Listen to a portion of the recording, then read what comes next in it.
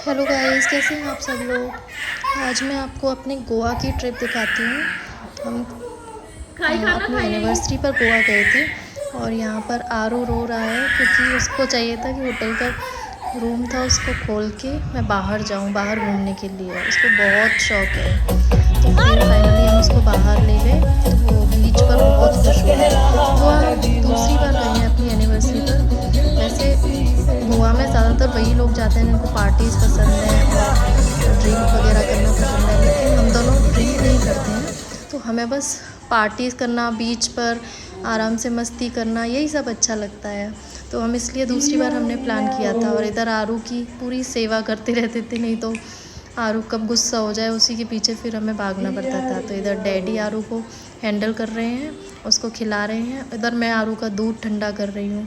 बच्चों के साथ वेकेशंस ऐसी होती है, लेकिन फिर भी मज़ा आता है। बहुत से लोग कहते हैं ना कि बच्चे परेशान कर देते हैं, ये कर देते हैं, तो उनका भी एक बचपन होता है ना, ये हमेशा के लिए याद हो जाएंगी। बड़ा होके तो वो जाएगा ही जहाँ भी उसको जाना है, लेकिन ये मेमोरीज़ होती हैं कि हाँ हमारे साथ में वहाँ पे गया। तो स्टार्टिंग में वो समुद्र वगैरह देख के एकदम डर रहा था, बाद में उसने खूब मस्ती करी वहाँ पर। और जब हम बीच पर जाते थे डेली तो उसको इतनी मस्ती करता था वो पूरे दिन। और कभी बलून से खेल, कभी कुछ करो, कभी कुछ करो, आराम से मिट्टी में भी कोई नहीं रोक रहा था, कुछ नहीं कर रहा था। तो उसको ऐसा ही खुला हुआ स्पेस चाहिए था। हम केलंगट बीच पे गए थे। केलंगट बीच मुझे सबसे अच्छा लगता है क्योंकि वहाँ पर बहुत ज़्यादा रश नहीं होता है और खाना तो गोवा का सच में बहुत ही अच्छा होता है।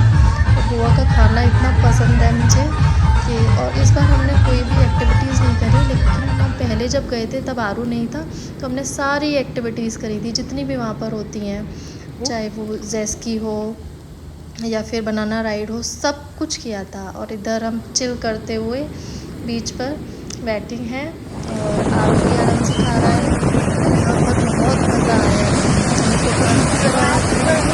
और फ़ोटोशूट से क्या होता है कि यादें रह जाती हैं। अब हो सकता है हम आलू भी बड़ा हो जाएगा, भूल जाएगा, हम लोगों को भी सारी चीज़ें तो याद नहीं रहती, लेकिन एक तरह से रिमाइंड हो जाता है कि कैसे कैसे घूमना है, कितनी मस्ती करी, कुछ किया। बहुत मज़ा आ रहा था और आरू पूरे मज़े ले रहा था। और आरू के डैडी हाँ थोड़े से बोरिंग हैं, वो उठते नहीं हैं, उनको उठा के ले जाना पड़ता था होटल में से कि चलो अब कहीं घूमने चलते हैं। फिर आके थोड़ी देर घूम के फिर आ जाते थे कि अरे अब चलो रेस्ट करेंगे, और रेस्ट करने के बहाने फिर 2-3 घंटे ऐसे ही निकाल देते। लेकिन मैं और आरू इनको बार बार परेशान कर लेते थे कि चलो अब चल रहे हैं घूमने, पूरा दिन तो निकल गया। तो स्टार्टिंग के 2 दिन तो हम एक RBR रिज़ॉर्ट है उसमें रुके थे। पहले हम गए थे, हमें अच्छा लगा था, लेकिन इस बार उसकी फ़ैसिलिटीज़ इतनी अच्छी नहीं लगी, थोड़ा लेवल ऐसा ही हो गया था। इसलिए फिर हमने दूसरा होटल देखा और वो होटल बहुत ही अच्छा था। एकदम ऐसा लगा था कि वो गोवा का टॉप होटल है जहाँ पर हम रुके थे। और यहाँ पर आरू बीच पर जाता है तो भीगता हुआ पूरा एकदम रेडी रहता है कि चलो चलो छो छो जैसे बोलता है। और फिर बीच से आने के बाद में हमने स्विमिंग पूल में भी काफ़ी मस्ती करी और आरू को इतना मज़ा आया। इस ट्यूब में वो अपने आप स्विमिंग भी सीख रहा था। फर्स्ट टाइम ऐसे किया ना, फिर निकलता नहीं है ये, इसको ये है कि इसी में खेलते रहो पूरे दिन पानी में। लेकिन ये भी देखना पड़ता है कि बीमार हो जाएगा, छोटा बच्चा है, इसलिए हमने थोड़ी देर ही इसको उसमें मस्ती करने दी और उसके बाद हम होटल में आ गए। ये था हमारा होटल का रूम जो मुझे बहुत ज़्यादा पसंद आया था। King size bed and 2 balconies are there. और बहुत ही अच्छा था सब कुछ, कोई भी ऐसी चीज़ नहीं थी जिसकी कमी हो। स्टाफ का बिहेवियर भी बहुत ज़्यादा अच्छा था और प्लस सर्विस भी बहुत अच्छी थी, खाना तो था ही अच्छा, कोई भी चीज़ ऐसी नहीं थी जो नहीं। यहाँ पे सबसे अच्छा लगा मुझे जो यहाँ पे हम अंदर चलेंगे तो आपको दिखाते हैं, ये है जकूज़ी। जकूज़ी में हमको बहुत मज़ा आया, तो हमने इसीलिए ये वाला रूम सेलेक्ट किया था क्योंकि जकूज़ी यहाँ पे था और हमें यहाँ पे मस्ती करनी थी। इसलिए हमने सोचा कि चलो एक दिन तो महंगे वाले में रुक सकते हैं, अगर बाकी 3-4 दिन रुकते तो बहुत ज़्यादा महंगा हो जाता, हमारे बजट से बाहर था।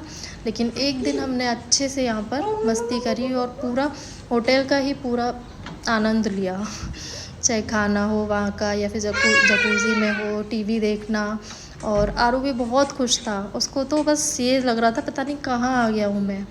और फिर हम शाम को निकल जाते थे घूमने के लिए, और घूमने के लिए जो हमारा होटल था उससे बाहर निकलते ही हमें बीच दिखाई देता था, तो बहुत ही अच्छी लोकेशन पर था और सब कुछ अच्छा था होटल में, काफ़ी बड़ा था, तो हम ऐसे पीछे से जाते थे तो वहाँ से हमें बीच दिखाई देता था।